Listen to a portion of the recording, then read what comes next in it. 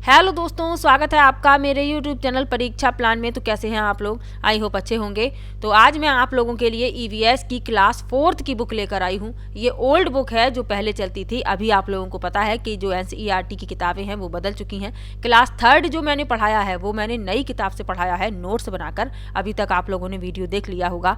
Class 4th और 5th के जो नोट्स हैं वो पुरानी किताब के हैं, क्योंकि आपके एग्जाम के लिए पुरानी किताबें महत्वपूर्ण हैं। तो ये जो नोट्स है ये पुरानी किताब का है और इसे मैंने हाथों से लिखा हुआ है, लेकिन जो मैं पढ़ाऊंगी वो मैं आपको इसी नोट्स को मैंने टाइप कर लिया है और उसी टाइप वाले नोट्स से मैं आप लोगों को पढ़ाने वाली हूँ। तो चलिए आज के वीडियो को शुरू करते हैं। एक वीडियो में पूरा जो ईवीएस है आपका क्लास 4th का, यानी पूरी बुक आपकी कंप्लीट हो जाएगी। तो चलिए वीडियो को शुरू करते हैं। वीडियो देखने के बाद यदि आपको अच्छा लगे, हेल्पफुल लगे, तो वीडियो को लाइक और शेयर कीजिएगा। और यदि आप चैनल पर नए हैं तो चैनल को सब्सक्राइब कर लीजिए। क्लास 3rd में कंप्लीट करवा चुकी हूँ और क्लास 5th भी कंप्लीट पढ़ा चुकी हूँ। एक एक वीडियो देखने से आपका पूरा जो ईवीएस है एनसीईआरटी बेस्ड बुक कंप्लीट हो जाएगा। क्लास 3rd एक वीडियो में पूरी किताब कंप्लीट करा दी है।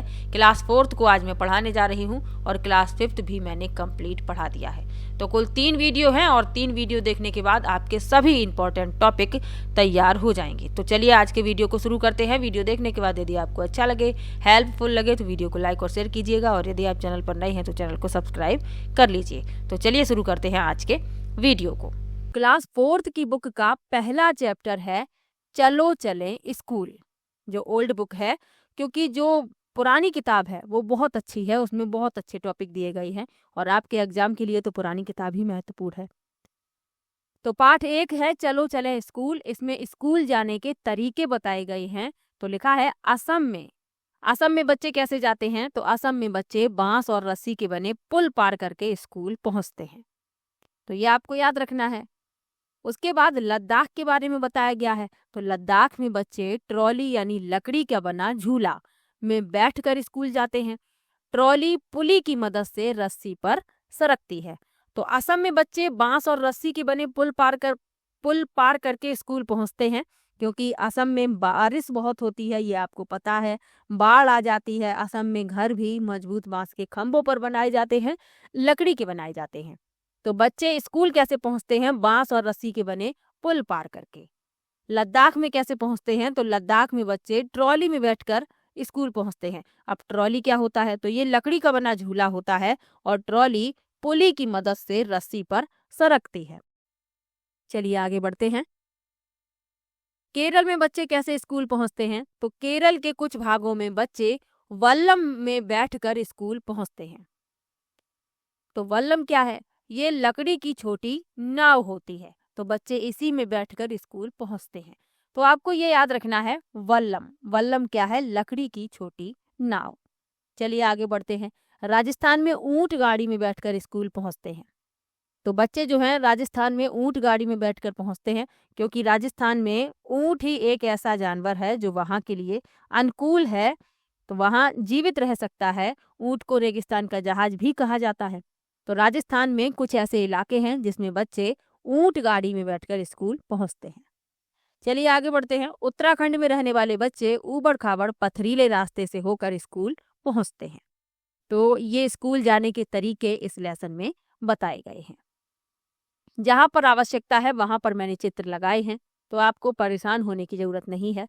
तो क्लास 4th का पहला चैप्टर इतना ही बड़ा है, इसमें इतने ही टॉपिक हैं, यानी स्कूल जाने के तरीके इसमें बताए गए हैं। असम के लिए याद रखिए, बांस और रस्सी से बने पुल पार करके। लद्दाख में बच्चे ट्रॉली में बैठकर स्कूल जाते हैं, ट्रॉली पुली की मदद से रस्सी पर सरकती है। केरल में बच्चे वल्लम में बैठकर स्कूल पहुंचते हैं। राजस्थान में ऊंट गाड़ी में बैठकर स्कूल पहुंचते हैं और उत्तराखंड में ऊबड़ खाबड़ पथरीले रास्ते से होकर स्कूल पहुंचते हैं।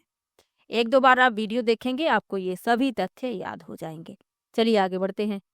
क्लास 4th की बुक का दूसरा चैप्टर है कान कान में। अब इसका नाम कान कान में है, तो इसमें जो टॉपिक बताया गया है वो कानों से ही संबंधित है।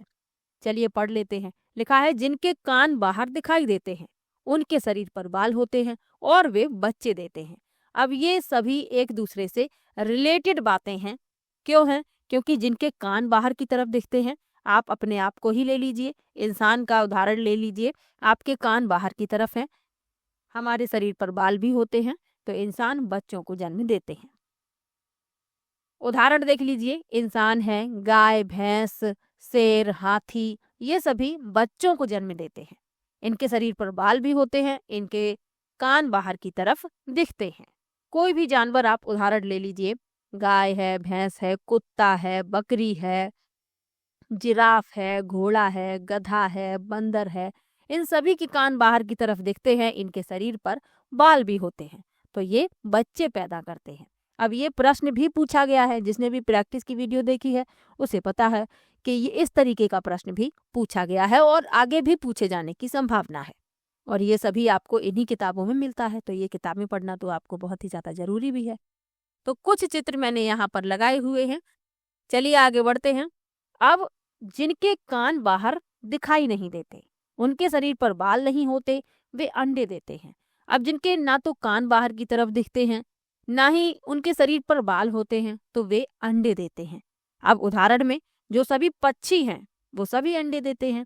इसके अलावा मगर है, छिपकली है, सर्प है, इनके ना तो कान बाहर की तरफ दिखाई देते हैं, ना ही इनके शरीर पर बाल होते हैं, तो ये सभी अंडे देते हैं।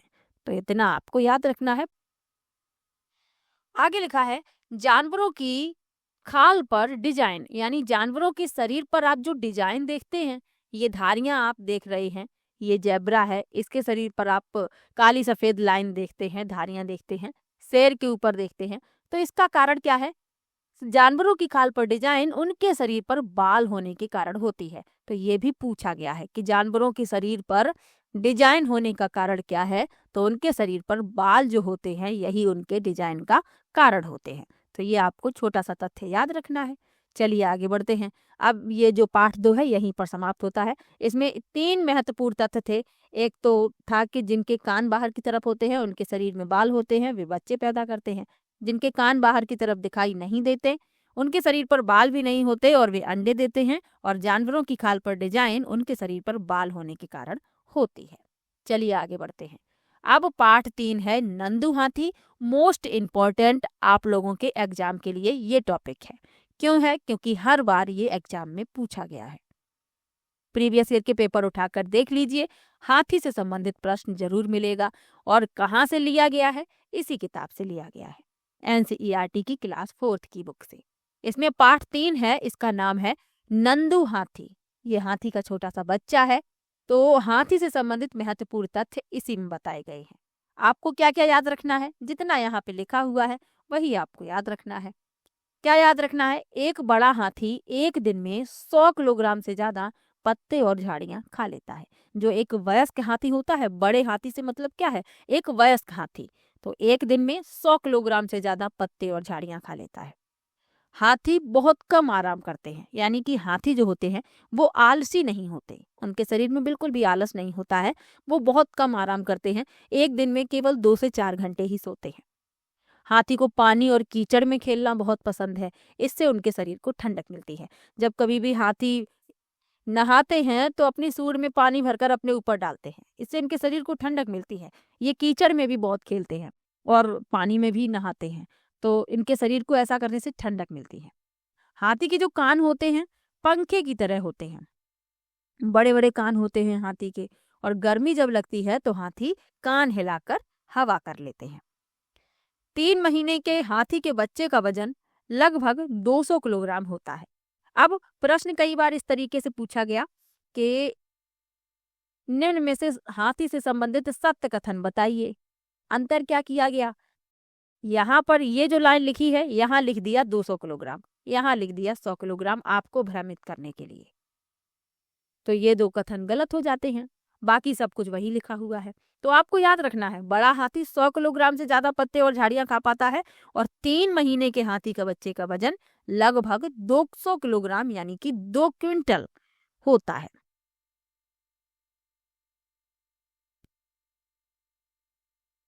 चलिए आगे बढ़ते हैं।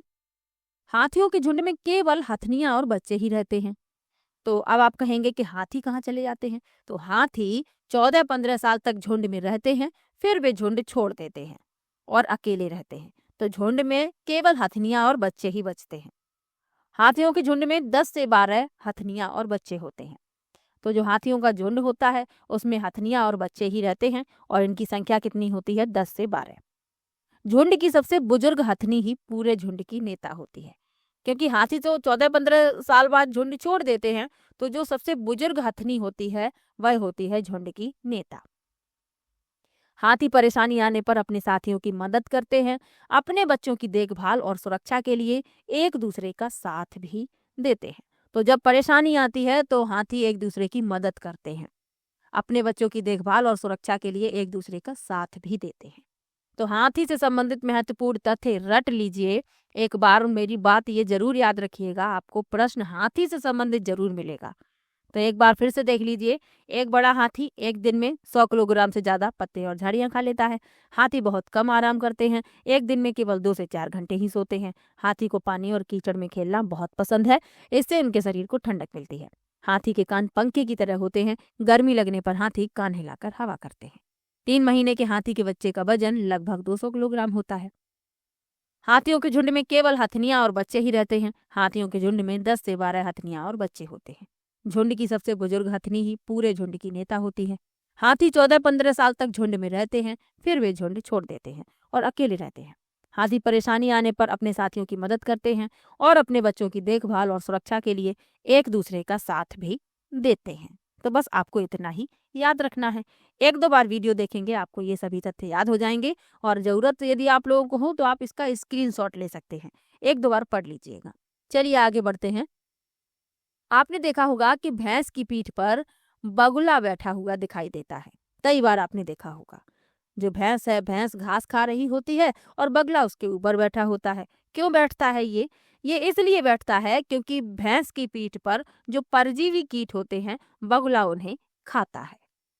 तो ये आपको याद रखना है। ये भी प्रश्न पूछा गया है, मैंने वही लिखा है जो आपके लिए महत्वपूर्ण है। तो भैंस की पीठ पर बगुला पक्षी बैठा दिखाई देता है। क्यों दिखाई देता है? क्योंकि जो बगुला है यह भैंस की पीठ पर उपस्थित परजीवी कीटों को खाता है। तो ये आपको याद रखना है। चलिए आगे बढ़ते हैं। चलिए अगला लेसन है पाठ 5 अनीता की मधुमक्खियां। जो पाठ 4 है उसमें कोई भी ऐसे टॉपिक नहीं है जिनसे प्रश्न पूछे जाएं, वो आपके एग्जाम के लिए महत्वपूर्ण भी नहीं है। तो मैंने उन्हीं लेसन के नोट्स बनाए हैं जो आपके एग्जाम के लिए महत्वपूर्ण है। तो पाठ 5 है अनीता की मधुमक्खियां, और मधुमक्खियों से संबंधित प्रश्न जरूर पूछा जाता है। जैसे हाथी वाला टॉपिक इंपॉर्टेंट है, वैसे ही मधुमक्खियों वाला टॉपिक भी इंपॉर्टेंट है। तो इसको भी आपको अच्छे से पढ़ लेना है। क्या क्या याद रखना है? मधुमक्खियां मिलजुल कर रहती हैं। जब कभी भी आपने देखा होगा मधुमक्खियां उड़ती हुई आती हैं तो उनका एक पूरा झुंड होता है, पूरा समूह होता है। तो मधुमक्खियां मिलजुल कर रहती हैं। लीची के फूल मधुमक्खियों को लुभाते हैं और लीची के फूल फरवरी में खिलते हैं। तो ये आपको याद रखना है, जो लीची के फूल होते हैं ये मधुमक्खियों को आकर्षित करते हैं, लुभाते हैं। आगे लिखा है अक्टूबर से दिसंबर तक का समय मधुमक्खियों के अंडे देने का समय होता है। यही समय मधुमक्खी पालन करने का सबसे अच्छा समय है। और ये प्रश्न कई बार पूछा गया।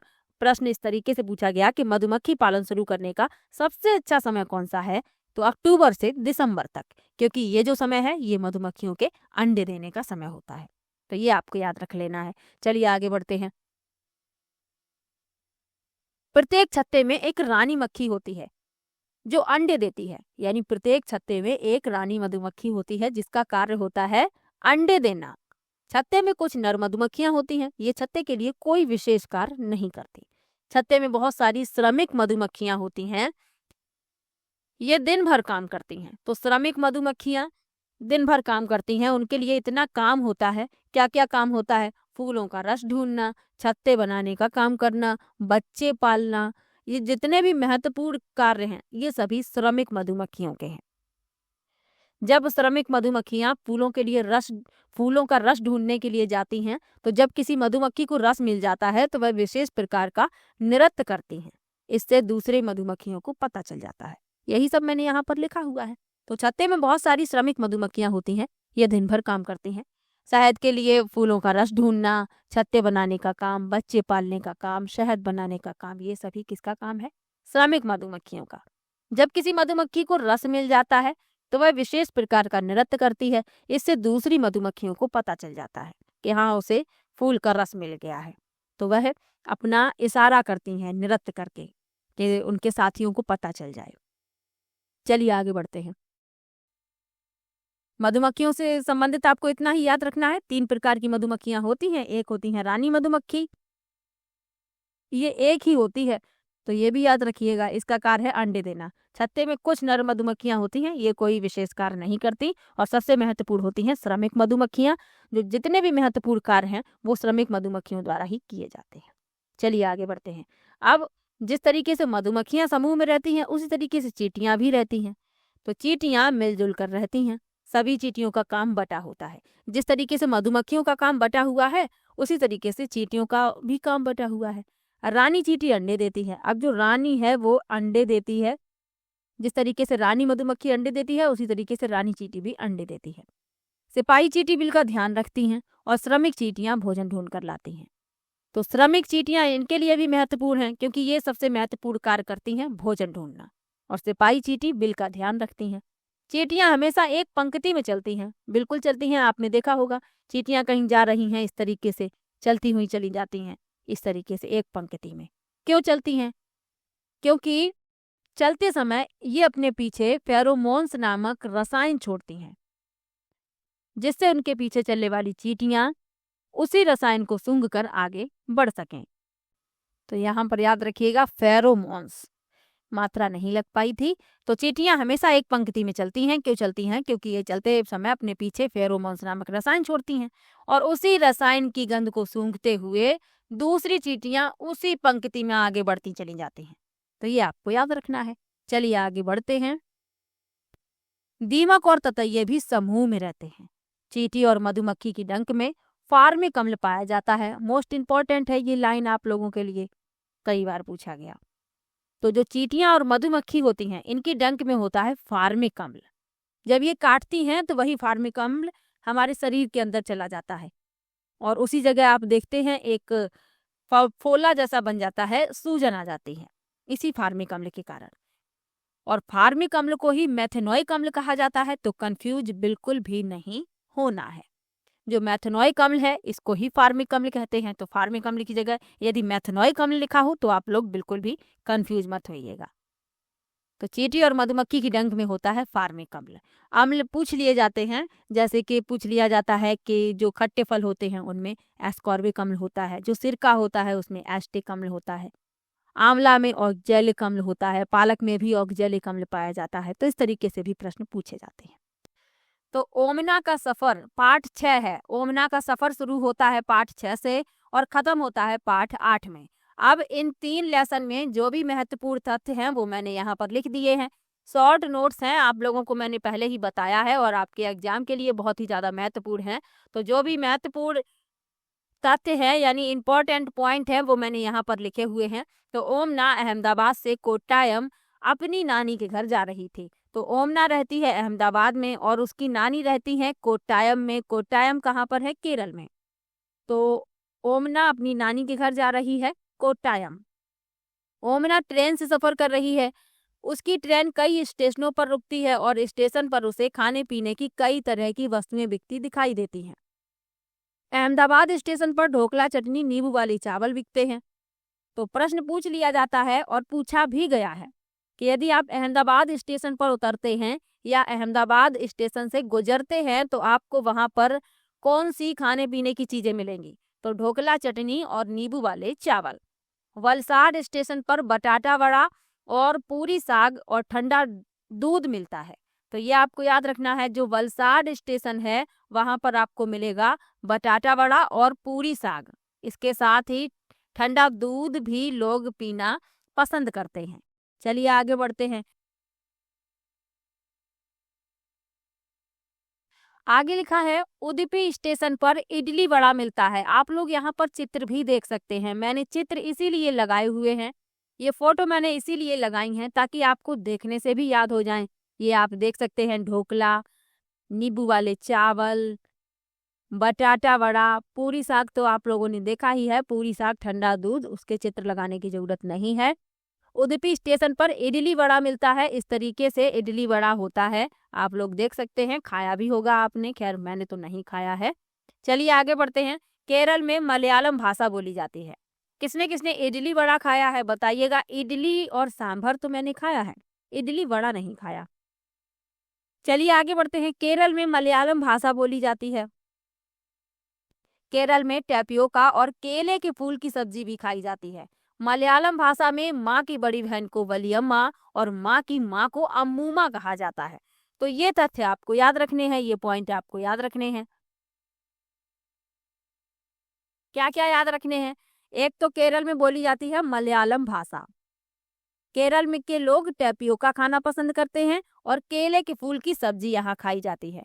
मलयालम भाषा में माँ की जो बड़ी बहन होती हैं उन्हें कहा जाता है वलियम्मा और माँ की माँ को अम्मू माँ। अब अपने यहाँ माँ की बहन हो छोटी या बड़ी उन्हें मासी कहते हैं और माँ की माँ को नानी कहते हैं। और मलयालम में माँ की बड़ी बहन को वलियम्मा कहा जाता है और माँ की माँ को अम्मू माँ कहा जाता है।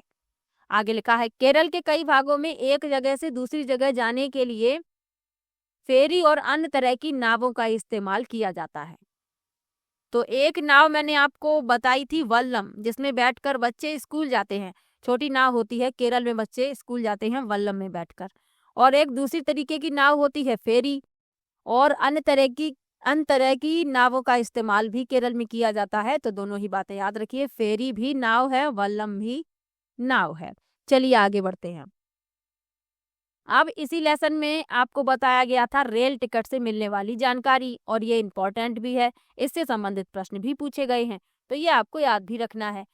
अब यदि आपने ट्रेन से यात्रा की है तब तो आपने रेल टिकट देखा होगा और आपको पता होगा कि उस पर क्या क्या लिखा होता है। तो रेल टिकट में बुकिंग की तिथि, समय, यात्रा की शुरुआत की तिथि और समय ये लिखा होता है। कोच नंबर, बर्थ नंबर और किराया। आपका कोच नंबर क्या है, आपका सीट नंबर क्या है और आपका किराया कितना लगा है ये लिखा होता है। रेलगाड़ी का नाम लिखा होता है, रेलगाड़ी नंबर, बोर्डिंग स्टेशन और अंतिम स्टेशन दूरी। बोर्डिंग स्टेशन और अंतिम स्टेशन की दूरी किलोमीटर में, यानी कि बोर्डिंग स्टेशन जहां से आपने ट्रेन पकड़ी है और जहां पर आप उतरेंगे, और इन दोनों स्टेशन की बीच की दूरी कितनी है ये भी लिखी रहती है। तो ये आपको याद रखना है। गंतव्य पर पहुंचने की तिथि और समय, यानी आपकी ट्रेन आपको अपने स्थान पर कितनी तिथि को, यानी किस तिथि को और कितने समय पहुंचा देगी, ये आपको लिखा हुआ मिलता है टिकट पर। इसके अलावा वयस्कों और बच्चों की संख्या, यदि आप फैमिली के साथ यात्रा कर रहे हैं तो आपके साथ कितने वयस्क हैं और कितने बच्चे हैं ये भी लिखा रहता है। पीएनआर नंबर भी दिया जाता है। अब पीएनआर नंबर क्या है? यह एक विशिष्ट पहचान संख्या है जो यात्रियों को सौंपी जाती है। यात्री की आयु और लिंग, यात्री की आयु लिखी रहती है और लिंग लिखा रहता है। अब इसमें यात्री का नाम नहीं लिखा रहता है, ये आपको याद रखना है।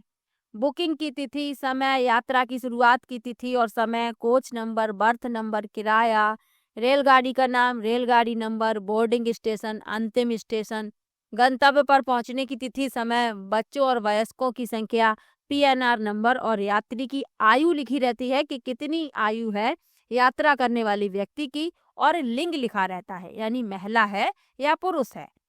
तो नाम का विवरण नहीं होता है, ये आपको याद रखना है। अब आपको एक रेलवे टिकट दिखाते हैं।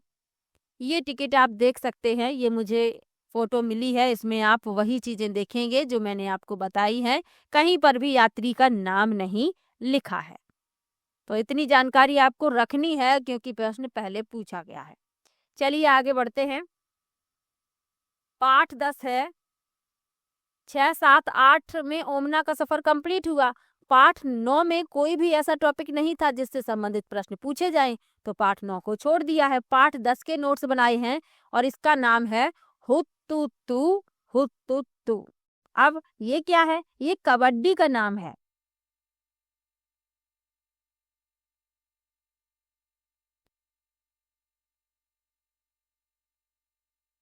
तो ये कबड्डी का नाम है, कबड्डी को कई नामों से पुकारा जाता है, तो ये आपको याद रखना है। चलिए देख लेते हैं। कबड्डी के अन्य नाम है चेडू गुडू, हुत्तुत्तु, हाडूडू, छू किटकिट। तो ये कबड्डी के नाम है। कबड्डी की एक टीम में 7 खिलाड़ी होते हैं। अब खिलाड़ी तो पूछ लिए जाते हैं तो आपको याद रखने हैं। एक टीम में 7 खिलाड़ी होते हैं, 7 खिलाड़ी कोर्ट में और 5 रिजर्व में, ये भी याद रखिएगा। तो 7 होते हैं कोर्ट में और 5 रिजर्व में होते हैं। ज्वाला, लीला और हीरा ये तीनों बहनें हैं और मुंबई में रहती हैं। ये आप इस फोटो में इन तीनों बहनों को देख सकते हैं। पहले ये कबड्डी खेलती थी और दूसरों को भी सिखाती थी। तो ये तीनों बहनें हैं और कबड्डी खेलती थी और सिखाती भी थी, इसलिए इनका जिक्र इस पाठ में किया गया था, तो मैंने यहाँ पर लिखा है। चलिए आगे बढ़ते हैं। अब मोस्ट इम्पोर्टेंट टॉपिक है कर्णम मल्लेश्वरी का, और ये आपको याद भी रखना है इनके बारे में, क्योंकि प्रश्न एक बार नहीं कई बार पूछा गया है। तो कर्णम मल्लेश्वरी एक वेट लिफ्टर हैं। ये आंध्र प्रदेश की रहने वाली हैं। इनके पिताजी पुलिस में हवलदार थे। ये 12 वर्ष की उम्र से वजन उठाने का अभ्यास करने लगी थीं। अब ये एक बार में 130 किलोग्राम तक वजन उठा सकती हैं। इन्होंने कुल 29 अंतर्राष्ट्रीय पदक जीते, जिसमें 11 स्वर्ण पदक शामिल हैं। तो कई बार इनसे संबंधित प्रश्न पूछा गया है। आपको याद रखना है, ये एक वेट लिफ्टर हैं, आंध्र प्रदेश की रहने वाली हैं, पिताजी इनके पुलिस में हवलदार थे। ये छोटी आयु से ही वजन उठाने का अभ्यास करने लगी थीं और 130 किलोग्राम तक ये वजन उठा सकती हैं। इन्होंने कुल 29 अंतर्राष्ट्रीय पदक जीते हैं, जिसमें 11 स्वर्ण पदक शामिल हैं। चलिए आगे बढ़ते हैं। सन 2000 में सिडनी ओलंपिक में इन्होंने कांस्य पदक जीता। ओलंपिक में पदक जीतने वाली ये भारत की पहली महिला एथलीट थी, और यही इम्पोर्टेंट है आपके लिए। ये सन याद रखिए, सन 2000 में सिडनी ओलंपिक में इन्होंने कांस्य पदक जीता था, और ओलंपिक में पदक जीतने वाली ये भारत की पहली महिला एथलीट हैं, तो ये आपको याद रखना है। 1994 में इन्हें अर्जुन पुरस्कार, 1995 में राजीव गांधी खेल रत्न पुरस्कार, जिसका नाम अब बदल गया है। किसका? राजीव गांधी खेल रत्न पुरस्कार का नाम क्या है? मेजर ध्यानचंद खेल रत्न पुरस्कार वर्तमान नाम है, तो कंफ्यूज मत होइएगा, इसलिए मैंने यहाँ पर लिखा है। तो 1994 में अर्जुन पुरस्कार, 1995 में राजीव गांधी खेल रत्न यानी मेजर ध्यानचंद खेल रत्न पुरस्कार वर्तमान नाम, और 1999 में पद्म श्री से सम्मानित किया गया। तो इनके बारे में ये महत्वपूर्ण तथ्य याद कर लीजिए, प्रश्न जरूर इनसे संबंधित पूछा जाता है।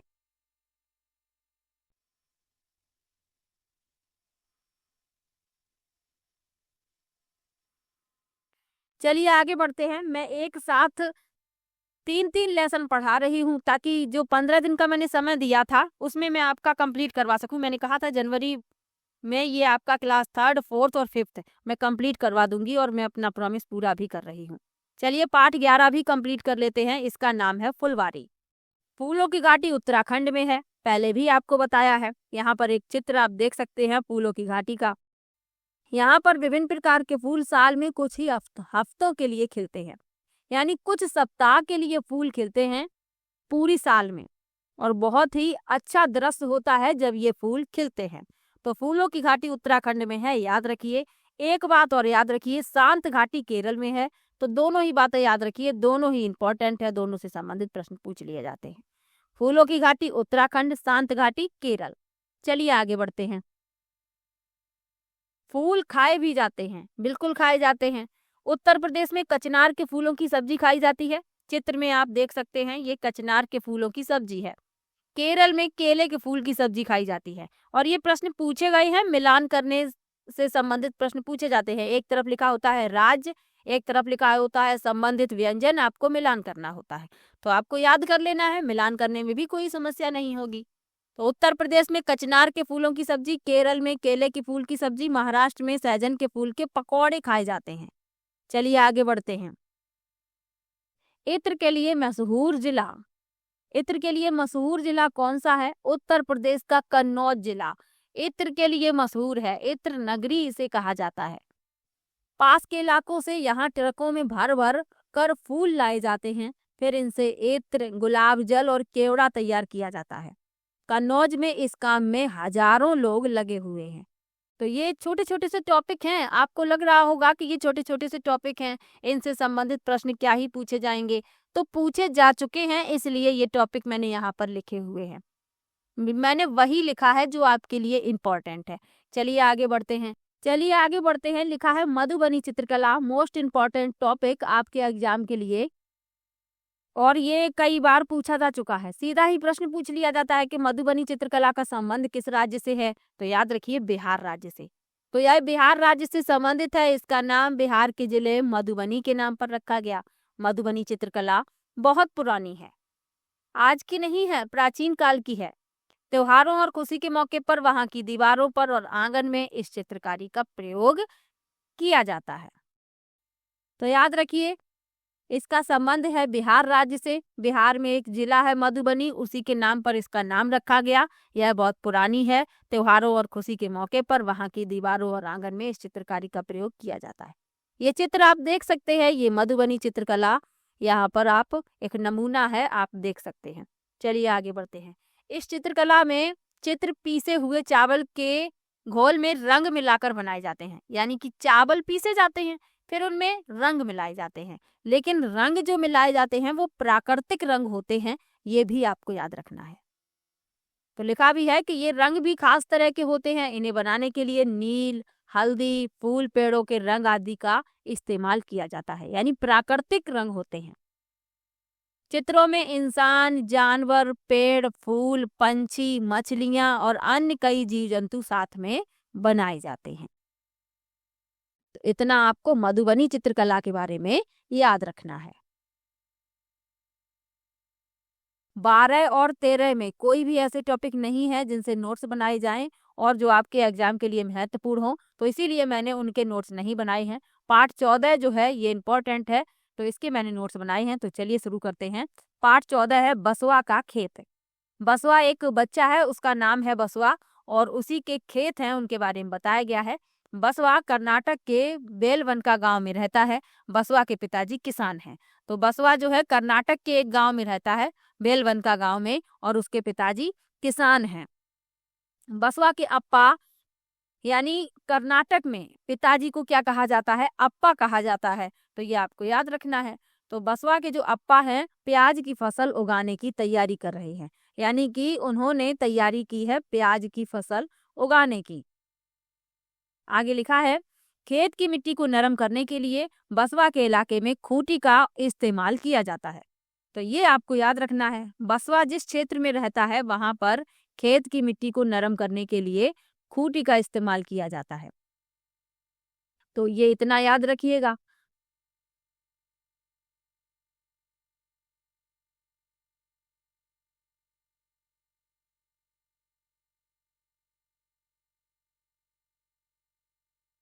चलिए आगे बढ़ते हैं। लिखा है प्याज के बीज बोने के लिए बसवा के अप्पा कूरिगे का इस्तेमाल करते हैं। बैल कूरिगे को खींचते खींचते जाएंगे और पीछे पीछे बीज डालते जाएंगे। तो बैल खींचेंगे कूरिगे को और पीछे से बीज डालेंगे बसवा के अप्पा। तो ये आपको याद रखना है। तो बीज बोने के लिए कूरिगे का इस्तेमाल किया जाता है। अब यही छोटी छोटी बातें आपको याद रखनी है, जैसे मिट्टी को नरम करने के लिए किसका इस्तेमाल किया जाता है, खूंटी का। बीज बोने के लिए कूरिगे का इस्तेमाल किया जाता है, और मैंने चित्र भी इसीलिए लगा के रखे हैं ताकि आपको ये सब याद हो जाए। तो ये जो चित्र आप देख रहे हैं ये चित्र है कूरिगे का। तो यहाँ पर आप ये देख रहे हैं इसमें बीज डाले जाते हैं और बैल इसे खींचते हैं, और जो व्यक्ति इसे पकड़ता है इसमें बीज डाले जाते हैं और इसी तरीके से बीज बो दिए जाते हैं। तो कूरिगे की मदद से बीज बोए जाते हैं। आगे बढ़ते हैं। बीज बोने के लगभग 20 दिन बाद प्याज के छोटे छोटे पौधे खेतों में दिखाई देने लगते हैं। तो जब बीज बो दिए जाते हैं तो लगभग 20 दिन बाद आप देखेंगे कि छोटे छोटे पौधे यानी प्याज जो हैं उगाते हैं। फसल के साथ कुछ पौधे अपने आप ही उगाते हैं, इन्हें खरपतवार कहा जाता है। तो ये प्याज की ही फसल के साथ नहीं होता, अन्य फसलें भी होती हैं जैसे गेहूं है, धान है, इनके साथ भी खरपतवार उगते हैं। तो ये पौधे अपने आप ही उगते हैं और ये पोषण भी अपनी जो मुख्य फसल होती है उससे प्राप्त कर लेते हैं, तो इन्हें निकालना जरूरी होता है क्योंकि इसका असर जो है मुख्य फसल पर पड़ता है। यहाँ पर आप चित्र के माध्यम से भी समझ सकते हैं, ये प्याज के छोटे छोटे पौधे इस तरीके से खेत में दिखने लगते हैं। चलिए आगे बढ़ते हैं।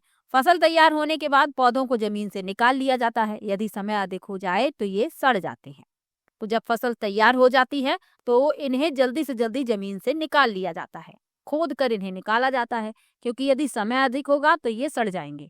एलिगे की मदद से प्याज को पौधों से अलग कर लिया जाता है।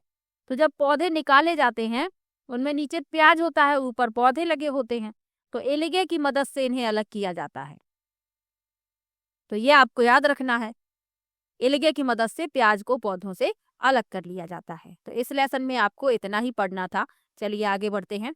अगला लेसन है पाठ 16, चू चू करती आई चिड़िया। मोस्ट इम्पॉर्टेंट है आपके लिए, क्योंकि इसमें चिड़ियों से संबंधित जो उनके घोंसले हैं वो आपको याद रखने हैं, कौन सी चिड़िया किस तरीके का घोंसला बनाती है। सबसे पहले इसमें गिजू भाई बधेका के बारे में बताया गया। तो गिजू भाई बधेका गुजरात में रहते थे। वे बच्चों के लिए मजेदार किस्से, कहानियां और पत्र लिखते थे। इन्हें मूंछों वाली माँ भी कहा जाता है। तो ये आपको याद रखना है, इन्हें मूंछों वाली माँ कहा जाता है। ये गुजरात में रहते थे और बच्चों के लिए मजेदार किस्से, कहानियां और पत्र लिखते थे। चलिए आगे बढ़ते हैं। अब पक्षियों के घोंसले के बारे में आपको क्या क्या याद रखना है। आपकी जो एनसीईआरटी की किताब है, इसमें जो चिड़ियां हैं उनके घोंसलों के बारे में बताया गया है, क्योंकि हर पक्षी की प्रजाति अलग तरीके का घोंसला बनाती है। घोंसले तो सभी बनाते हैं, लेकिन सबके बनाने का तरीका, उसमें जो सामग्री प्रयोग की जाती है वो अलग अलग होती है, और घोंसले का प्रकार भी अलग अलग, यानी घोंसले की आकृति भी अलग अलग होती है। तो कलचिड़ी कैसा घोंसला बनाती है? यह पत्थरों के बीच अपना घोंसला बनाती है। यह अपना घोंसला नाजुक टहनियों, जड़ें, ऊन, बाल, रुई आदि से बनाती है। यहाँ पर मैंने चित्र भी लगा के रखे हैं ताकि आपको देखने से भी याद हो जाए। तो कलचिड़ी जो है पत्थरों के बीच अपना घोंसला बनाती है। यह अपना घोंसला नाजुक टहनियों, जड़ें, ऊन, बाल, रुई आदि से बनाती है। कलचिड़ी को इंडियन रॉबिन कहते हैं, ये भी याद रखिए। आगे लिखा है कौआ। तो कौआ पेड़ की ऊंची डाल पर घोंसला बनाता है। कौआ लोहे के तार और लकड़ी की शाखाओं से घोंसला बनाता है। तो कौआ अपने घोंसले में लोहे के तारों का भी प्रयोग कर लेता है, लकड़ी की शाखाओं का भी प्रयोग कर लेता है, और पेड़ की ऊंची डाल पर घोंसला बनाता है। चलिए आगे बढ़ते हैं। आगे लिखा है कोयल। और कौआ और कोयल मैंने एक साथ इसलिए एक ही पेज में लिखे हैं ताकि ये आपको याद रहे कि ये कोयल घोंसला नहीं बनाती, कौए के घोंसले में अंडे देती है। ये सिर्फ मीठा गाती है, मीठा बोलती है, लेकिन ये घोंसला नहीं बनाती। ये कौए के घोंसले में अंडे दे देती है, और कौआ अपने अंडों के साथ कोयल के अंडे की भी देखभाल करता है, उसके अंडों को भी सेता है। तो ये आपको याद रखना है। आपके एग्जाम में सीधा ही प्रश्न पूछ लिया जाता है कि ऐसा कौन सा पक्षी है जो कभी भी घोंसला नहीं बनाता, तो वह है कोयल। चलिए आगे बढ़ते हैं। फाख्ता। तो फाख्ता जो है कैक्टस के कांटों के बीच या मेहंदी की मेड़ में घोंसला बनाता है। प्रश्न सीधा ही पूछ लिया जाता है कि कैक्टस के कांटों के बीच घोंसला कौन सा पक्षी बनाता है, तो बनाता है फाख्ता। यहाँ चित्र भी आप देख सकते हैं। चलिए आगे बढ़ते हैं। गौरैया, स्पैरो कहते हैं जिसे। तो गौरैया कहीं भी अपना घोंसला बना लेती है, अलमारी के ऊपर, आईने के पीछे, घर की दीवार के आले में। तो इसकी कोई निश्चित जगह नहीं है, इसको जहाँ जगह मिलती है, आपके घर में कहीं पर जगह इसे मिलेगी तो वहां पर ही अपना घोंसला बना लेगी। किसी कोने में बना लेगी, किसी अलमारी में बना लेगी, दीवार के आले में बना लेगी, आईने के पीछे जगह मिलेगी तो वहां पर बना लेगी। तो ये कहीं भी अपना घोंसला बना लेती है। चलिए आगे बढ़ते हैं। कबूतर। तो कबूतर अपना घोंसला पुराने मकान या खंडहरों में बनाता है। मकान का कोई ऐसा कोना ऐसे दिखता है जहाँ ज्यादा किसी का आना जाना नहीं रहता, तो कबूतर वहां पर अपना घोंसला बना लेता है, और ज्यादातर ये पुराने मकानों या खंडहरों में अपना घोंसला बनाता है। चलिए आगे बढ़ते हैं। बसंत गौरी। Coppersmith barbet. तो बसंत गौरी पेड़ के तने में छेद करके उसमें अंडे रखती है। तो ये पेड़ के तने में छेद कर लेती है और उसी में अपने अंडे रखती है, यही उसका घोंसला होता है। चलिए आगे बढ़ते हैं। मिलान करने के लिए भी आता है, तो आप लोगों को याद रखना है, इन पक्षियों के घोंसलों के प्रकार आपको याद रखने हैं। लिखा है दर्जन चिड़िया। नाम से ही स्पष्ट है टेलर बर्ड इसका इंग्लिश में नाम होता है। तो दर्जन चिड़िया अपनी नुकीली चोंच से पत्तों को सी लेती है, उसी के बीच में बनी थैली में अंडे देती है, यही उसका घोंसला है। तो 2 पत्तों को आपस में सिल लेती है और इसी थैली में बीच में जो जगह होती है उसी में अंडे देती है। लेकिन एक बात और याद रखिए, इसका जो घोंसला है ये लटकता हुआ होता है। प्रश्न पिछली बार जो पूछा गया था कि ऐसे पक्षियों का समूह चुनिए जिनका घोंसला किसी शाखा या झाड़ी की डाल से लटकता हुआ होता है। तो उसमें दर्जन चिड़िया था, जो सही विकल्प था दर्जन चिड़िया, शक्करखोरा और वीवर, इन तीनों के ही घोंसले लटकते हुए होते हैं। तरीका भले ही बनाने का अलग है, लेकिन घोंसले डाली से लटकते हुए होते हैं। तो दर्जन चिड़िया का भी घोंसला जो थैली होती है वो लटकती हुई होती है, तो ये भी आपको याद रखना है। चलिए आगे बढ़ते हैं। लिखा है शक्करखोरा सनबर्ड जिसे कहते हैं। तो ये किसी छोटे पेड़ या झाड़ी की डाली पर लटकता हुआ घोंसला बनाता है। घोंसले में बाल, बारीक घास, पतली टहनियाँ, सूखे पत्ते, रुई, पेड़ की छाल के टुकड़े, कपड़ों के चीथड़े, मकड़ी के जाले भी होते हैं। ये आप देख सकते हैं। पक्षियों के पंख भी हैं, मकड़ी के जाले भी हैं, बाल, बारीक घास, पतली टहनियाँ, सूखे पत्ते, सभी से ये जो कुछ इसे मिलता है अपने घोंसले में लगा लेती है। तो शक्करखोरा के बारे में आपको ये याद रखना है, लेकिन इसका घोंसला छोटे पेड़ या झाड़ी से लटकता हुआ होता है। चलिए आगे बढ़ते हैं। लिखा है वीवर। तो नर वीवर कई घोंसले बनाता है। मादा वीवर उन सभी घोंसलों को देखती है, उसे जो अच्छा लगता है उसी में अंडे देती है। ये अपने घोंसले लालटेन की तरह लटकते हुए बनाते हैं। तो घोंसला बनाता है नर पक्षी, मादा करती है पसंद, जो उसे अच्छा लगता है उसी में अंडे देती है। और ये जो इसका घोंसला है ये लालटेन की तरीके से लटकता हुआ होता है। बहुत ही अच्छा घोंसला इसका होता है। चलिए आगे बढ़ते हैं। चील। तो चील जो है ऊंची शाखाओं और ऊंचे स्थान पर घोंसला बनाता है और अपने घोंसले को एक से अधिक बार प्रयोग भी करता है। बाकी पक्षी क्या करते हैं, एक बार अंडे देते हैं, फिर उस घोंसले को छोड़ देते हैं, फिर नया घोंसला बनाते हैं। लेकिन चील जो है एक से अधिक बार अपने घोंसले को प्रयोग कर लेता है। चलिए आगे बढ़ते हैं। गिद्ध। तो गिद्ध सुनसान पेड़ों पर यानी सुनसान जगह पर जो पेड़ होते हैं और चट्टानों की दरारों में घोंसला बनाते हैं। चलिए आगे बढ़ते हैं। उल्लू। उल्लू पेड़ के किसी खोखले भाग को ही अपना घोंसला बना लेते हैं। तो जितने भी पक्षियों के बारे में एनसीईआरटी में बताया गया था उन सभी के घोंसले के बारे में आपको बता दिया है। अब इसी लेसन में बताया गया था जानवरों के दांतों के बारे में, और लास्ट एग्जाम में इससे संबंधित प्रश्न भी पूछा गया, तो आपको याद रखना है। गाय के जो दांत होते हैं, आगे के दांत छोटे होते हैं जो पत्तों के काटने के काम आते हैं, और घास चबाने के लिए पीछे के दांत चपटे और बड़े होते हैं। तो आगे के दांत छोटे और पीछे के दांत चपटे और बड़े, ये आप देख सकते हैं। ये गाय का बच्चा है, इसके दांत आप देख सकते हैं, आगे के दांत छोटे होते हैं, पीछे के दांत चपटे और बड़े होते हैं। आगे लिखा है बिल्ली। तो बिल्ली के दांत होते हैं नुकीले, जो मांस को फाड़ने और काटने के काम आते हैं। यहाँ आप देख सकते हैं पूर्ण रूप से बिल्ली अपने दांत दिखा रही है, आसानी से आप इसके दांत देख सकते हैं। नुकीले दांत हैं, ये आप देख रहे हैं ये, और ये मांस को फाड़ने और काटने के काम आते हैं। बिल्ली मांसाहारी होती है, ये तो आपको पता ही है। चलिए आगे बढ़ते हैं। सांप। सांप के दांत भी आप देख सकते हैं। तो सांप के दांत तो नुकीले होते हैं, पर वह अपने शिकार को चबाकर नहीं खाता बल्कि पूरा निगल जाता है। तो इसको दांत तो दिए गए हैं, लेकिन ये शिकार को चबाने के लिए नहीं है, ये अपना शिकार पूरा निगल लेता है। इसके जो दांत हैं ये जब किसी को काटता है उसके काम आते हैं, जब अपना विष किसी के शरीर में ये छोड़ता है। चलिए आगे बढ़ते हैं। गिलहरी। तो गिलहरी के दांत हमेशा बढ़ते रहते हैं, इसलिए ये दांतों से कुछ ना कुछ काटती या कुतरती रहती है ताकि ये घिसते रहें। अब चूहे के दांत भी बढ़ते रहते हैं, चूहा भी कुछ भी काटता या कुतरता रहता है, लेकिन एनसीईआरटी में गिलहरी का जिक्र किया गया है, तो इसलिए मैंने यहाँ पर गिलहरी लिखा हुआ है। दोनों ऑप्शन एक साथ आपको नहीं दिए जाएंगे, या तो चूहा ऑप्शन में मिलेगा या गिलहरी, और यदि दोनों मिलते हैं तो गिलहरी टिक कीजिएगा, क्योंकि एनसीईआरटी में गिलहरी का जिक्र किया गया है।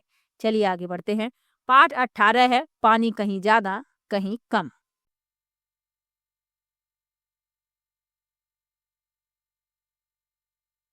इसमें लिखा है भीमा संघ के बारे में बताया गया है। तो कर्नाटक के होलगुंडी गांव के लोग पानी की कमी के कारण परेशान थे। पानी की समस्या के कारण गांव के लोग शहर की तरफ जाने को मजबूर थे। तो कर्नाटक का एक गांव है होलगुंडी, यहाँ पर लोग पानी के कारण परेशान थे। समस्या इतनी बड़ी थी कि लोगों को गांव छोड़कर शहर की तरफ जाना पड़ रहा था। आगे लिखा है, गांव की पंचायत ने लोगों से इस बारे में बात की।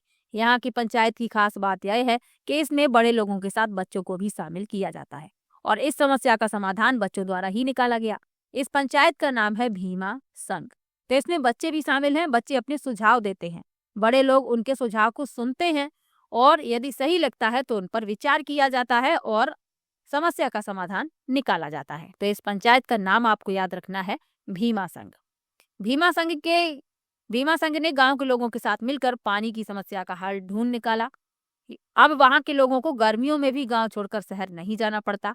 भीमा संघ आज भी है, आज भी उसमें नए नए बच्चे जुड़ते हैं और काम करते हैं। तो भीमा संघ में आज भी नए नए बच्चे जुड़ते हैं, अपने विचार देते हैं, समस्या का समाधान ढूंढते हैं। तो बच्चों को भी इसीलिए शामिल किया जाता है कि भविष्य में उनके जीवन में जो भी समस्या आए तो वो अपनी समस्याओं को आसानी से हल कर पाएं। चलिए आगे बढ़ते हैं। पाठ 19 है जड़ों का जाल। तो जड़ क्या है? पौधे का वह भाग है जो जमीन के अंदर मूलांकुर से विकसित होता है, जड़ कहलाता है। तो जड़ें जो होती हैं ये जमीन के अंदर ही होती हैं और ये मूलांकुर से विकसित होती हैं। अब लिखा है जड़ों के प्रकार। तो दो प्रकार की जड़ें होती हैं, मूसला जड़, रेशेदार जड़ें।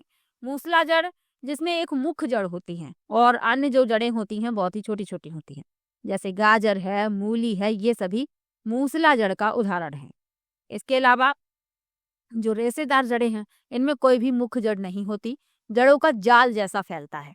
यहाँ आप देख सकते हैं, ये है रेशेदार जड़ें, ये मूसला जड़ है। चलिए आगे बढ़ते हैं। जड़ों के कार्य क्या है? पानी और खनिजों का अवशोषण करना, पौधे को स्थिर रखना, भोजन का भंडारण करना। तो ये आपको याद रखना है, ये जड़ों के कार्य हैं। पानी और खनिजों का अवशोषण, पौधे को स्थिर रखना, भोजन का भंडारण करना यानी संग्रहित करना, एकत्रित करना। आगे बढ़ते हैं। घास की जड़ें। घास की जड़ों के बारे में भी आपको याद रखना है। यहाँ आप चित्र के माध्यम से भी समझ सकते हैं कि घास की जड़ें बहुत मजबूत होती हैं।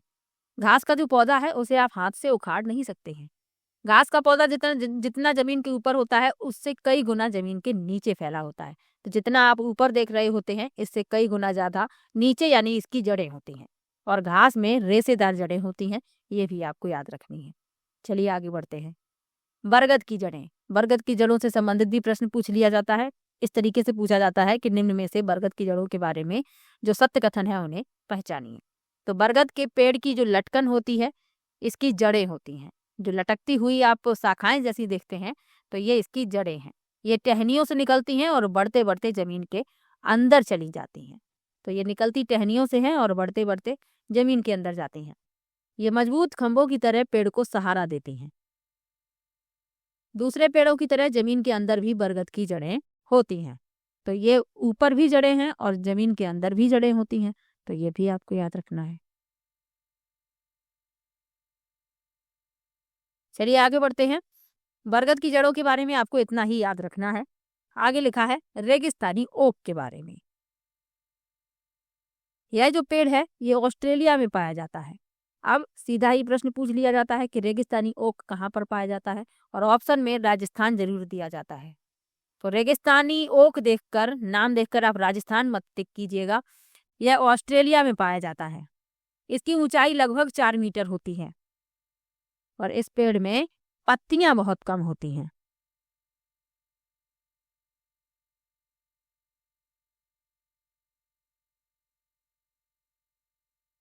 आगे लिखा है इस वृक्ष की जड़ें इसकी ऊंचाई से लगभग 30 गुना गहराई तक भूमि में नीचे तक जाती हैं, जब तक कि पानी तक ना पहुंच जाए। तो ये जमीन में 30 गुना गहराई तक जाती हैं। जब तक इन जड़ों को पानी नहीं मिल जाता तब तक ये बढ़ती हैं। इसके तने में पानी इकट्ठा होता रहता है। स्थानीय लोग ये बात जानते हैं, क्या जानते हैं कि इसके तने में पानी इकट्ठा होता रहता है। तो जब कभी भी उस इलाके में पानी नहीं रहता तो लोग इसके तने के अंदर पतला पाइप डालकर पानी निकाल लेते हैं और उस पानी का प्रयोग करते हैं। तो रेगिस्तानी ओक के बारे में आपको इतने कथन याद रखने हैं। चलिए आगे बढ़ते हैं। पाठ 20 है मिलकर खाएं। तो इसमें मिड डे मील के बारे में बताया गया है। तो मिड डे मील योजना भारत सरकार की एक योजना है जिसके अंतर्गत पूरे देश के प्रारंभिक शिक्षा के विद्यालयों के छात्रों को दोपहर का भोजन निःशुल्क प्रदान किया जाता है। ये योजना कब शुरू की गई, ये आपको याद रखना है। इसका उद्देश्य क्या था? नामांकन बढ़ाना, प्रतिधारण और उपस्थिति तथा इसके साथ साथ बच्चों में पौषणिक स्तर में सुधार करना। और इसी उद्देश्य से 15 अगस्त 1995 को यह कार्यक्रम शुरू किया गया था। तो ये तिथि आपको याद रखनी है। चलिए आगे बढ़ते हैं। बिहू का त्योहार। बिहू के त्योहार के बारे में और आपको याद रखना है, इसी लेसन में बताया गया था। तो माघ बिहू 14 और 15 जनवरी यानी असमिया कैलेंडर के 10वें महीने माघ की प्रथमा एवं द्वितीय तिथि को मनाया जाता है। तो अंग्रेजी कैलेंडर में आप देखेंगे तो 14 और 15 जनवरी होता है, और असमिया कैलेंडर में 10वां महीना होता है माघ, और माघ महीना की प्रथमा और द्वितीय तिथि को। पहले दिन को उरका कहते हैं। इस दिन अस्थायी शेड यानी छप्पर बनाया जाता है। ये आप देख सकते हैं, ये भेला घर कहलाता है ये। तो पहला दिन होता है उरका, और इसी दिन बनाए जाते हैं अस्थायी छप्पर, जिसे कहा जाता है भेला घर। ये आप देख सकते हैं, महिलाएं जो हैं नृत्य कर रही हैं।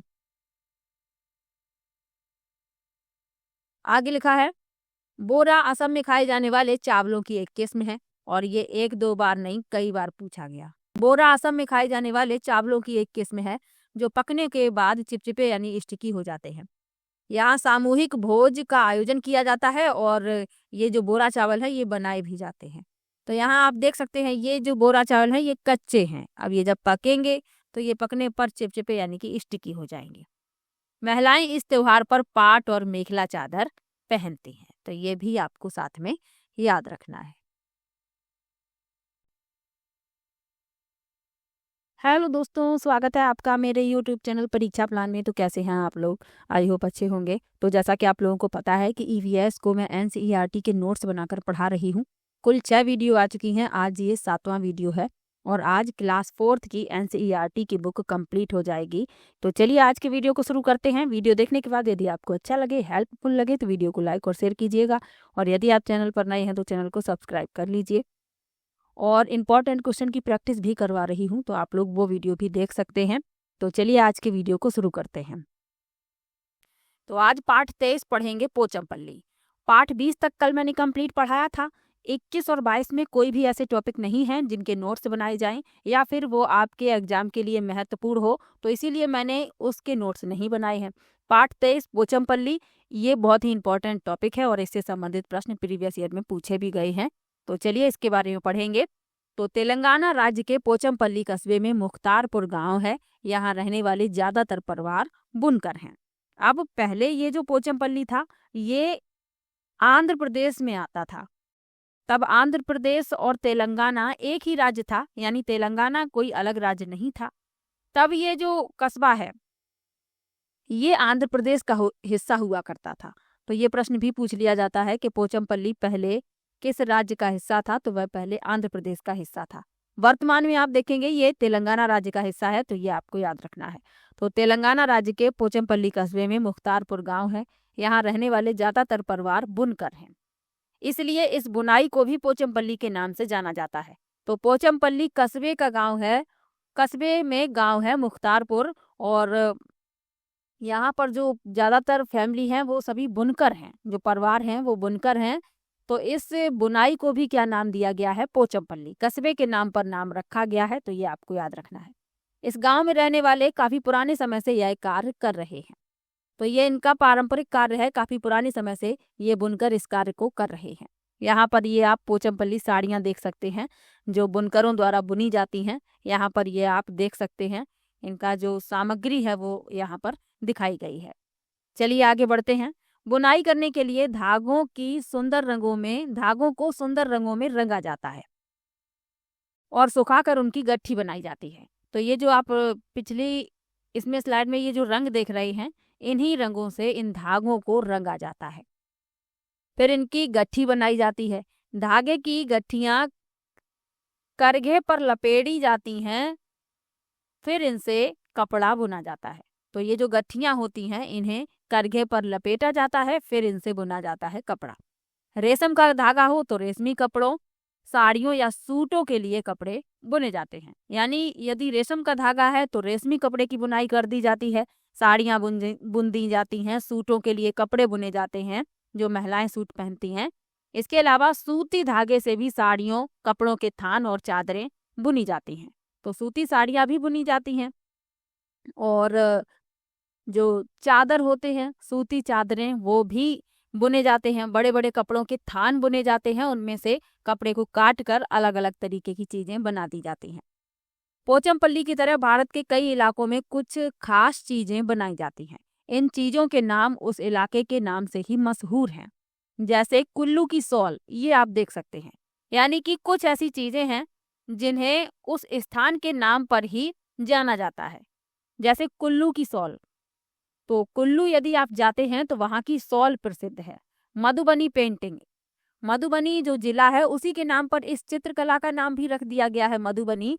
तो याद रखिएगा, मधुबनी पेंटिंग प्रसिद्ध है। और इसका संबंध किस राज्य से है? तो इसका संबंध बिहार राज्य से है। असम की सिल्क, तो ये आप देख सकते हैं, ये मधुबनी पेंटिंग है। पहले भी आपको इसके बारे में डिटेल में पढ़ा चुकी हूँ मैं। ये असम की सिल्क, यानी असम जो राज्य है वहाँ की सिल्क प्रसिद्ध है। तो उसी के नाम पर, यानी राज्य के नाम पर ही इस सिल्क को जाना जाता है। और कश्मीर की कढ़ाई, कढ़ाई यानी कि जो धागे से कपड़े पर कढ़ाई की जाती है, तो कश्मीर की कढ़ाई प्रसिद्ध है।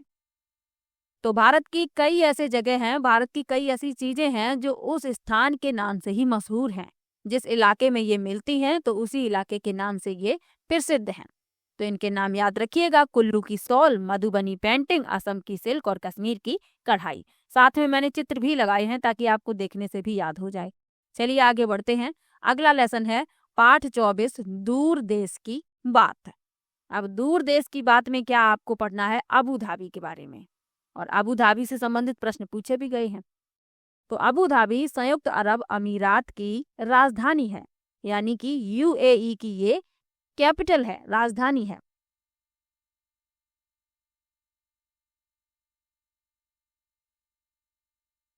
आगे लिखा है, अबू धाबी और इसके आसपास के देश रेगिस्तानी इलाके में हैं। यहाँ रेत के टीले पाए जाते हैं।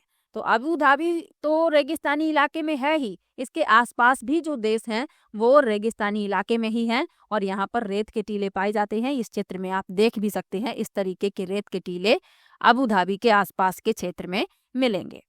आगे लिखा है, यहाँ पेड़ और हरियाली नहीं है। अब रेगिस्तान है तो आप लोग जानते ही हैं कि रेगिस्तान यानी मरुस्थल में पौधे जो होते हैं वो नहीं उग पाते हैं। कुछ विशेष प्रकार के ही पौधे होते हैं जो वहां पर उग सकते हैं। सभी तरीके के पौधे वहां पर नहीं उगते हैं। तो इसी तरीके से हरियाली और पेड़ यहाँ पर नहीं है। कहाँ पर? अबू धाबी में। सिर्फ खजूर का पेड़ यहाँ पाया जाता है, क्योंकि यही एक ऐसा पेड़ है जो यहाँ उग सकता है।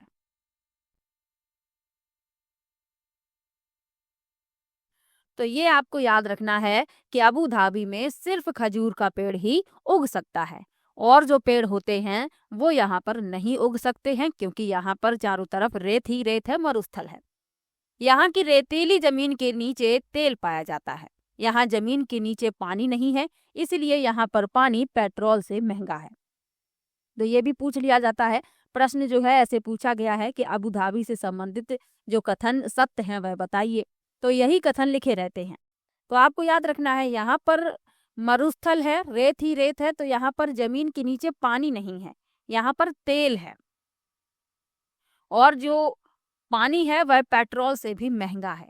ये आपको याद रखना है। अपने यहाँ आप जहाँ पर भी खोदते हैं, बोरिंग की जाती है, पानी निकलता है। यहाँ पर ऐसा नहीं है। यहाँ पर यदि ये लोग बोरिंग करते हैं तो वहाँ पर तेल निकलता है। तो इसीलिए यहाँ पर पानी पेट्रोल से महंगा है। चलिए आगे बढ़ते हैं। ये आप खजूर के पेड़ देख सकते हैं, यही पेड़ यहाँ पर उग सकता है। चलिए आगे बढ़ते हैं। अबू धाबी में ऊंची ऊंची इमारतें हैं, उनमें बड़ी बड़ी शीशे की खिड़कियां लगी होती हैं। बड़ी बड़ी शीशे की खिड़कियां लगी होती हैं। खिड़कियों को बंद रखा जाता है ताकि बाहर की गर्मी अंदर ना आए। आगे लिखा है, गर्मी के कारण यहाँ के लोग ढीले ढाले सूती वस्त्र पहनते हैं। पूरा शरीर और सिर भी ढककर रखते हैं, इससे तेज धूप से बच जाते हैं। तो इस तरीके के वस्त्र लोग पहनते हैं। और ज़्यादातर आप देखेंगे सफ़ेद कलर के वस्त्र पहनते हैं, क्योंकि सफ़ेद कलर के जो वस्त्र होते हैं सफ़ेद रंग के, उनमें गर्मी कम लगती है, क्योंकि ये जो गर्मी होती है उसे अवशोषित नहीं करते हैं। और जो डार्क कलर के कपड़े होते हैं जैसे काले हैं, नीले हैं, ये ऊष्मा को अवशोषित कर लेते हैं। तो जो डार्क कपड़े होते हैं उनमें गर्मी ज़्यादा लगती है। तो इसीलिए यहाँ के लोग अपने पूरे शरीर को ढककर रखते हैं, सिर भी ढककर रखते हैं, क्योंकि तेज धूप वहाँ पर होती है। इसलिए ये जो तेज धूप है इनके शरीर के लिए नुकसानदेह है, इसीलिए ये अपने शरीर को ढक कर रखते हैं। अबू धाबी की मुद्रा दिरहम है। यहाँ के लोग अरबी भाषा बोलते हैं। तो यहाँ के लोगों की जो भाषा है वह अरबी है और यहाँ की मुद्रा दिरहम है। ये दोनों ही बातें याद रखिए, क्योंकि इनसे संबंधित प्रश्न पहले पूछे जा चुके हैं। तो अबू धाबी के बारे में आपको इतना याद रखना है। चलिए आगे बढ़ते हैं। अगला लेसन है पाठ 26 फौजी वहीदा, और ये लास्ट लेसन है क्लास 4th की NCERT की पुरानी वाली बुक का। ये जो फोटो मैंने ली है ये NCERT की किताब से ही ली है। तो इनके बारे में आपको कुछ इंपॉर्टेंट पॉइंट याद रखने हैं। क्या याद रखना है? लेफ्टिनेंट कमांडर वहीदा प्रिज्म भारतीय नौसेना में डॉक्टर हैं और नौसेना के समुद्री जहाज पर काम करने वाली गिनी चुनी महिलाओं में से एक हैं। तो ये नौसेना के समुद्री जहाज पर काम करने वाली कुछ गिनी चुनी महिलाओं में से एक हैं, ये आपको याद रखना है। ये पहली महिला है जिन्होंने एक पूरी परेड की कमान संभाली, क्योंकि एक पूरी परेड की कमान संभालना कोई सरल कार्य नहीं है। तो ये पहली महिला है जिन्होंने एक पूरी परेड की कमान संभाली है, ये आपको याद रखना है। आगे लिखा है ये थन्ना मंडी नाम के बहुत छोटे से गांव से हैं। यह गांव जम्मू कश्मीर के राजौरी जिले में है। तो थन्ना मंडी के एक छोटे से गांव से ये बिलोंग करती हैं, यानी संबंध रखती हैं, और यह गांव जम्मू कश्मीर के राजौरी जिले में है। जब परेड होती है तो पीछे 4 टुकड़ियां चलती हैं। पूरी परेड में 36 निर्देश देने होते हैं। निर्देश इतनी जोर से देने होते हैं कि सबसे पीछे वाली टुकड़ी के लोग भी सुन पाएं। अब ये मैंने ये वाली लाइन इसीलिए लिखी है क्योंकि इससे संबंधित प्रश्न पहले पूछा जा चुका है। प्रश्न पूछ लिया गया था कि पूरी परेड में कितने निर्देश होते हैं, तो 36 निर्देश होते हैं, ये आपको याद रखना है। चलिए आगे बढ़ते हैं। इनके नाम में प्रिज्म शब्द इनके पिता ने दिया था। प्रिज्म ऐसा कांच होता है जो 7 रंग दिखाता है। वे चाहते थे कि उनकी बेटी इसी तरह अपना नाम बनाए, तो इनका जो नाम है वहीदा प्रिज्म, तो ये जो प्रिज्म शब्द है वो इनके पिता ने दिया था। तो क्लास 4th भी होता है कंप्लीट। एक वीडियो में पूरी किताब को मैंने कंप्लीट पढ़ा दिया है और नोट्स बनाकर पढ़ाया है। तो आप लोगों को वीडियो कैसा लगा कमेंट बॉक्स में ज़रूर बताइएगा। वीडियो को लाइक और शेयर कीजिएगा। मैंने प्रॉमिस किया था कि 15 दिन में मैं आपका EVS कंप्लीट पढ़ा दूंगी, जो भी NCERT बेस्ड है, लेकिन मैंने 15 दिन से भी कम समय लिया है और मैंने पूरा EVS कंप्लीट पढ़ा दिया। पहले मैंने इनको वीडियो आप देखेंगे 3-3 चैप्टर करके पढ़ाया है, लेकिन क्लास 5th मैंने एक ही वीडियो में कंप्लीट पढ़ा दिया और फिर क्लास 3rd और 4th को भी दोबारा से पढ़ा दिया। तो वीडियो आपको कैसा लगा कमेंट बॉक्स में ज़रूर बताइएगा। वीडियो को लाइक और शेयर कीजिएगा। मिलते हैं नेक्स्ट वीडियो में, तब तक के लिए बाय बाय।